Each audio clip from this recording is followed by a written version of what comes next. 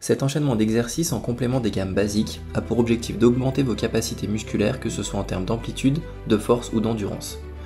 Les exercices sont adaptés à la fois pour les coureurs sur route et en trail. Ils ont pour objectif d'améliorer votre puissance motrice et donc vos performances. En plus du renforcement ciblé, ils développent la coordination, la stabilité, la proprioception et l'efficacité gestuelle. Vous gagnez ainsi en économie de course, en explosivité, tout en réduisant les risques de blessures. On commence par un exercice marché de montée de genoux. L'objectif est de solliciter l'engagement du psoas et de maintenir un engagement du haut du corps.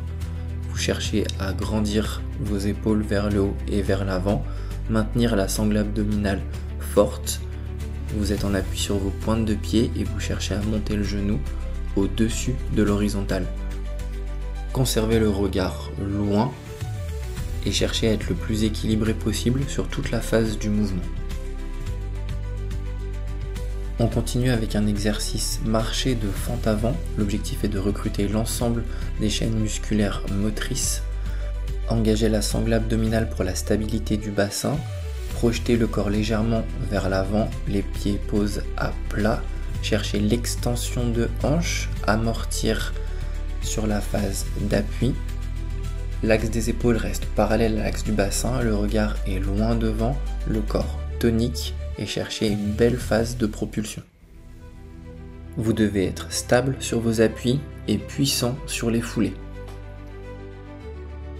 On complexifie un petit peu le mouvement en rajoutant une phase d'extension de jambes lorsque le genou est en position haute. L'objectif est de venir améliorer l'amplitude de vos ischio-jambiers qui sont souvent raides.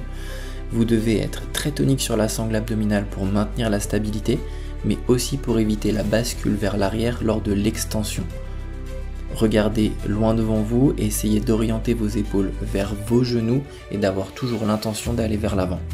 Premier exercice dynamique, l'objectif ici de travailler votre phase de propulsion avec une forte extension de hanche et un engagement des fessiers. On garde toujours cette idée de se grandir, d'être fort sur sa sangle abdominale. Ayez une longue phase de stabilité avant la phase de propulsion, puis stabilisez-vous au sol.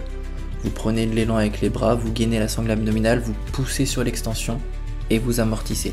Regard loin devant, ne cherchez pas la précipitation, mais la qualité gestuelle. Travail pliométrique de petits bonds, le corps est très gainé, le travail se fait sur la tonicité et le dynamisme de la cheville, cherchez à venir fouetter le sol, les abdos très engagés. Un exercice pliométrique de pas de patineur, on cherche ici à travailler la stabilité de la cheville et du bassin et votre capacité de rebond.